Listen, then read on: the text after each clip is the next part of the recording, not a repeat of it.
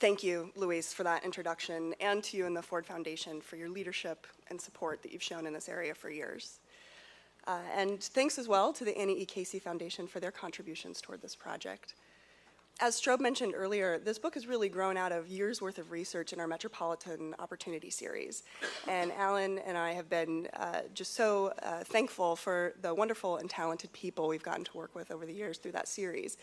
We've had colleagues and partners who've contributed research to the series, and we've met with countless practitioners, local leaders, people working on the ground on these issues in regions across the country. Many of those contributors are here with us today, and many are joining us online. But thank you to you all for your support and all that you've done to inform this work. And of course, finally, thank you to all of you for joining us here today. And if you're joining us online, a couple housekeeping notes. If you'd like to follow along with the slides I'm going to be clicking through, there should be a link on the webcast page. And if you'd like to follow us on Twitter, as Strobe pointed out, you can join us with the hashtag Suburban Poverty, all one word. So to set the stage for today's discussion of the book and its findings, we wanted to share a brief video that our friends at Burness Communications put together.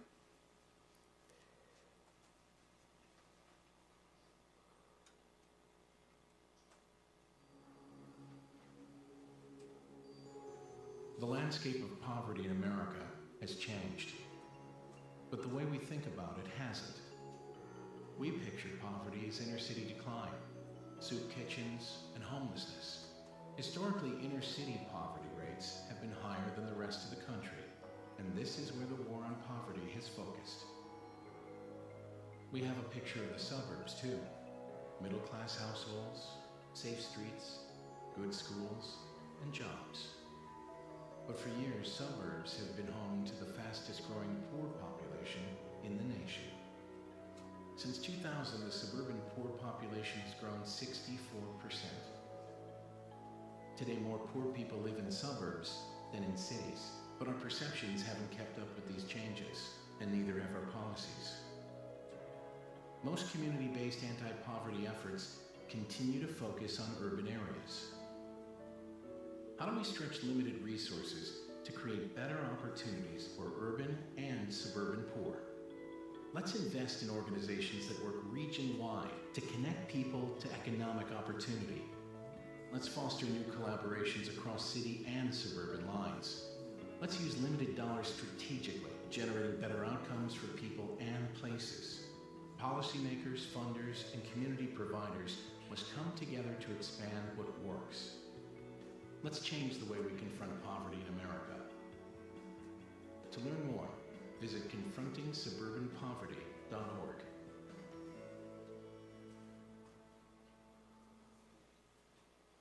Hopefully, as you all were walking in here, you picked up a pen, which also has that website address on it. So when we're done here today, you can go home and check out all the resources we've put together on that site. But that video really encapsulates the reality that's facing regions across the country today. The landscape of poverty has changed. The rapid growth of the poor over the past decade has made suburbs home to the fastest growing and largest poor population in the country. But our perceptions and policies haven't kept pace with that change. To really tackle the challenge of suburban poverty nationwide, we need our policies and our programs to work in ways that fund more strategically, that collaborate across jurisdictions and across policy silos, and that work at a smarter scale to address the changing needs within regions. And that's our challenge as a nation. But to really understand these issues and all of the different kinds of communities they affect and how this is playing out across the country, the best way to really understand it is to look at this from the ground up. So take 3 regions, Chicago, Seattle, Houston, each different than the next, but each struggling with rapid increases in suburban poverty. And each of these regions are home to innovative organizations that have been working in these ways, funding strategically, collaborating, working at scale, to find innovative ways to address the changing needs in their region. So let's walk through these one by one, starting in Chicago. For decades, Chicago has been synonymous with urban poverty. The work of scholars like William Julius Wilson, with reporters and journalists like Alex Kotlowitz in inner city Chicago, really help shape how Americans understand urban poverty and the devastating effects that can accompany concentrated disadvantage.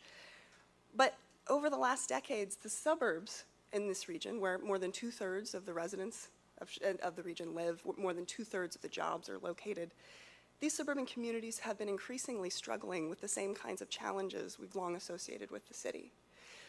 They've dealt with a stagnant regional economy over the 2000s. They were also hit by some of the worst effects of the foreclosure crisis that followed the Great Recession. Overall, poverty in Chicago suburbs has grown by almost 99% in just over a decade. And it's now home to more of the region's poor than the city.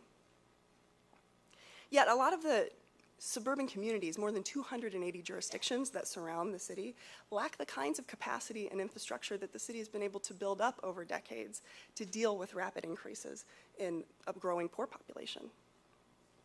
We'll be hearing from Joe Neary later this morning. He's the CEO of IFF, formerly the Illinois Facilities Fund. IFF is a community development financial institution that started 25 years ago as a Chicago-based loan fund working with nonprofits that serve disadvantaged populations and communities. Since its start, IFF has grown to a $240 million multi-service organization that's operating across 5 Midwestern states. Today, IFF is helping to address gaps in capacity-strained suburbs by blending not only its financial capacity, but also nonprofit real estate development, technical assistance, research, and public policy expertise. With its in-house capacity, IFF is able to assess the changing needs of different communities within regions and leverage public and private dollars more effectively so they can stretch further to help more people in more places. Now let's consider Seattle. Compared to Chicago, this is a regional economy that has done better in recent years. And Seattle's suburbs in particular, the south side of King County, south of the city, they've long benefited from jobs, proximity to large employers like Boeing or the Port of Seattle. But these communities have also increasingly been home to a larger share of lower paying jobs, and they too were hit hard by the Great Recession, where unemployment rose at faster rates and to higher levels than in the city of Seattle. And all of that economic change occurred against the backdrop of really rapid demographic transformation as well, particularly in the south suburbs. Drawn in part by the area's affordable housing stock, the south suburbs have seen an influx of residents from elsewhere in the region where housing prices are higher and from abroad, including both immigrant and refugee populations. Between 2000 and 2011, the poor population in Seattle's suburbs grew by 79%, and it now is home to 2/3 of the region's poor population. South suburban school districts in particular have struggled with these rapid increases as they're trying to meet the needs of a growing and diversifying student population, which is now 58% low income and is comprised of students whose families speak 167 different languages. We'll be hearing from Mary Furtakis, director of the Tukwila Washington School Board. Tukwila, on the south side of Seattle, has come together with 6 other districts, including Seattle's south side, to form the Roadmap Project. They're working collectively together to reduce educational attainment gaps across the region and trying to better prepare students for colleges and careers in a high-tech economy like Seattle. Finally, where suburban jurisdictions are often competing against each other, these communities are coming together in ways to collaborate and address shared challenges and devise shared solutions. Finally, consider the economic boomtown that is Houston, Texas. The idea of suburbs in this community is different than when we think of other places because, in part, the sprawling city itself feels so suburban. And in fact, many of its newest suburbs are more recent developments. In the 2000s alone, the region added more residents than any other U.S. metropolitan area, and it now ranks among the most diverse in the region. It also added a lot of jobs too, but many of those jobs were lower paying. And so families, even in those jobs, may be struggling to make ends meet. Between 2000 and 2011, the poor population in Houston's suburbs more than doubled. And it made the suburbs home to more of the region's poor than in the city for the first time. Now, there continue to be lots of job opportunities within the region, but its suburbs' growing low-income residents and its new immigrant populations need stronger connections to the kinds of skills and supports that would help them take advantage of those opportunities. And that's where neighborhood centers comes in. Our third panelist this morning will be Angela Blanchard, CEO of this $275 million social services agency. Neighborhood Centers operates across more than 60 sites in the city and suburbs of the region. It helps families and communities access social and economic opportunities by blending more than 35 different federal programs with state and local dollars and private investment to create a seamless continuum of services. At the same time, Neighborhood Centers invest in really understanding the different needs of the communities that it's serving.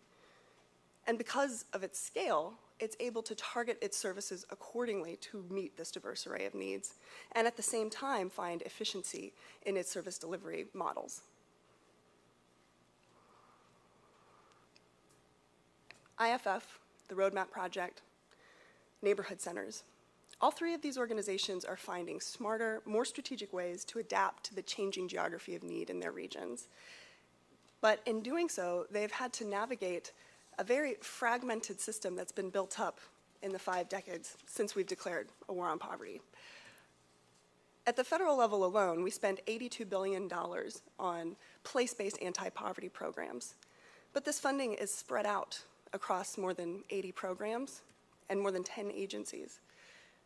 What's more, these programs were largely built with distressed inner-city neighborhoods in mind, and they often prove inflexible and a poor match for the needs of today's suburbs.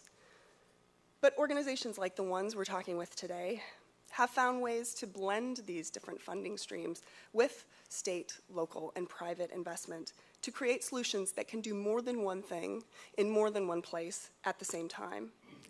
They're cutting across city and suburban boundaries, they're cutting across policy silos, and so they are effectively playing regional quarterbacks, coordinating resources in ways that work more efficiently and more effectively region-wide. The current system doesn't make that easy, though, and in fact, it often gets in the way. And part of today's panel discussion, we'll be hearing from our panelists about the barriers that they face navigating the current system that's in place. And we'll also talk about some of the near-term practical solutions that policymakers, practitioners, and funders could take to clear the way for these types of solutions, not just to help these organizations in their work, but also for other regions to be able to adapt these types of strategies. But how do we go further to make these kinds of strategies that we're seeing in Chicago and Seattle and Houston the norm? To really change the system in ways that work better for more people and more places over the long term, it's going to take more than just short-term strategies. If we repurpose just 5% of what we currently spend at the federal level on place-based poverty alleviation strategies, we could repurpose $4 billion for what we call a Metropolitan Opportunity Challenge. This would be structured as a competitive funding stream and offer real incentives to states and regions to think differently about how resources are deployed within regions and evaluate what's really working to increase access to economic opportunities for low-income people and communities in cities and in suburbs alike. Whether those opportunities are related to better schools, to services, or to jobs. Now, not every region has an IFF or a roadmap project or neighborhood centers to play the regional quarterback, but a Metropolitan Opportunity Challenge can catalyze the kind of capacity in regions across the country. The initial $4 billion could leverage private investment and realign other funding sources so that we would have a truly transformative impact.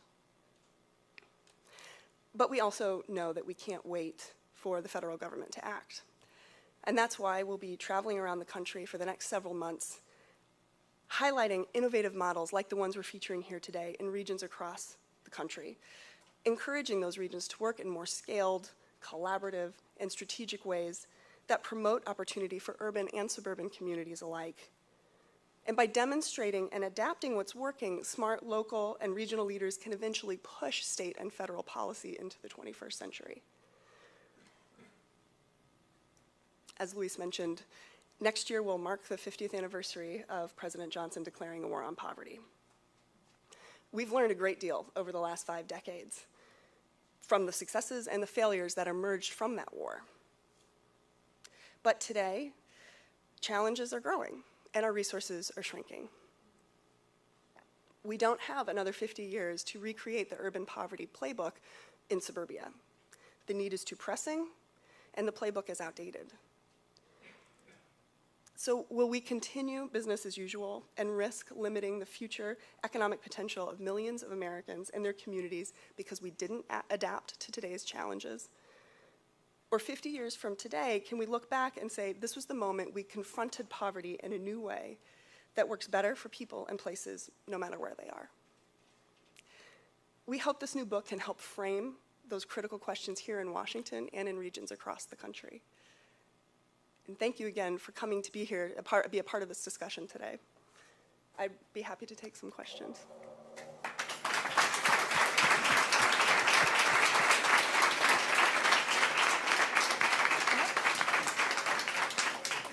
Hi, Diane Silber, clinical psychologist. It seems to me there are 2 types of poverty in the suburbs. Those inner city, fleeing the city or being forced out, and the people who have dropped out of the middle class due to this recession, depression. I just want to know if your approaches apply to both and if you see any differences. I would imagine education is one. Some are coming with more education than the other. That's absolutely right, that when we see suburban poverty growing in regions across the country, it's generally because of 2 factors. Either lower income families and residents are moving in, or longer term residents have been slipping down the economic ladder. Usually both of those dynamics are at play. Our strategies and recommendations we're suggesting in the book and here today are really about however you came to be in the suburbs, however you came to be low income. These strategies create a more flexible and resource-efficient approach to addressing those needs and barriers that may keep you from accessing the kind of opportunities that could help a family get on more stable economic footing. And in fact, that's why we would say it's not even that these are suburban solutions. This is really about moving the system forward in a way that works better for more people in places, urban, suburban, and rural communities alike, would benefit from a flexible system like this. And please do identify yourself before you ask your question. I'm Dr. Caroline Poplin. I'm a physician. I'm 16 years older than the gentleman from the Ford Foundation, and I remember the war on poverty very well. Lots of my generation participated in it. Things have changed a lot, not just for poor people, but the political situation in this country. Some of our best anti-poverty programs like WIC and food stamps, now called SNAP, are under assault, have been cut in the sequester, and they're planning to cut them again. Have you taken into consideration in making your plans the enormous change in political attitude since 1964? Yeah, and I think that the kind of system that we are talking about today is something that should appeal across the aisle, because what we're saying is evaluate what works and invest in that. We know we have a shrinking pool of resources, and cuts are being made in Washington as we speak to these programs. If we do that in a way that's not thoughtful about the long-term implications, we do risk creating deeper, more entrenched challenges in these communities that could have been avoided. So by taking this opportunity today to really assess what's working and really invest in outcome-driven, data-driven solutions, thinking about how do we make money stretch further, this really should be something that not only improves outcomes for everyone, but should be something that both political parties should be able to sign on to. Hi, I'm John Franklin from United Way of Northern New Jersey. And maybe because I'm from Jersey, I'm real sensitive to this. We're expecting the possibility of some mass displacement because of climate change. And I wonder if you've thought about that in your research? I mean, the way that those sorts of, I think, assumptions are framed, they really are based on the fact that we have a shrinking pool of resources. And so by taking these opportunities today to really assess what's working and invest in outcome-driven, data-driven solutions, thinking about how do we make money stretch further, this really should be something that not only improves outcomes for everyone, but should be something that both political parties should be able to sign on to. environmental and disaster-related crises occur absolutely affect the spatial aspects of poverty and how we even go about addressing it, whether we have the systems in place that can meet those rapidly shifting needs. We've seen that in regions like New Orleans. We've seen that in regions like Houston, which Angela can speak to. And it's even more incentive to really be able to have a more scaled approach that can have the array of services at hand to quickly adapt to these changing needs as people move from places or are displaced without their control. And I'm sure that Angela can talk to that more later today. Hi, I'm Kyle Farnbury. I'm Associate Dean of the Graduate School at Rutgers University in Newark. I'm wondering if you could give us a little bit more about the roadshow that you were hinting towards. What are sort of the outcomes? What types of partnerships are you looking to build? And what ultimately is going to be the impact that you're hoping to have from that time? Yeah, thank you for the question. And also visit www.confrontingsuburbanpoverty.org. We'll be updating it regularly with our events throughout the coming year. But we're targeting a number of regions where we're working with partners on the ground. And really the idea is not just to come do a book release event, but to really engage with people working on these issues on the ground and find ways to highlight what issues are critical in these regions and what good work is going on to help move that forward. So that it should really help spark a policy discussion among local and regional leaders that can move action forward, whether this is a region that may be starting the conversation for a first time, beginning to think about these things across city and suburban lines, or a place like the regions we'll hear about today, which are each already well on the path, but still need the help and the right incentives and the right policy reforms to help scale up their work and move them forward. So again, we will be updating that on the website throughout the year and making all those resources available. Okay, one more question. Elizabeth, I'm Roberta Achtenberg, and my question is, I know that the federal government is not the primary focus of the policy prescriptions that are contained in the book. Nonetheless, they could be a potent actor if they were so inclined. Would you talk a little bit about what you're intending to do to influence the development of policy by the various departments and the White House specifically? Mm-hmm. I think that is an excellent point. If we had something like a Metropolitan Opportunity Challenge, that could be transformative.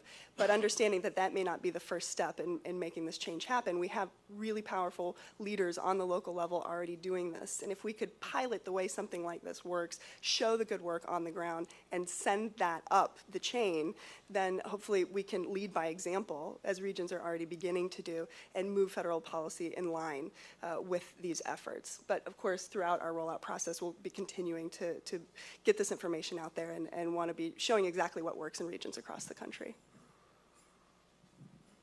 And thank you all very much. With that, I will turn the stage over to Alan Bruby, who will introduce our panelists.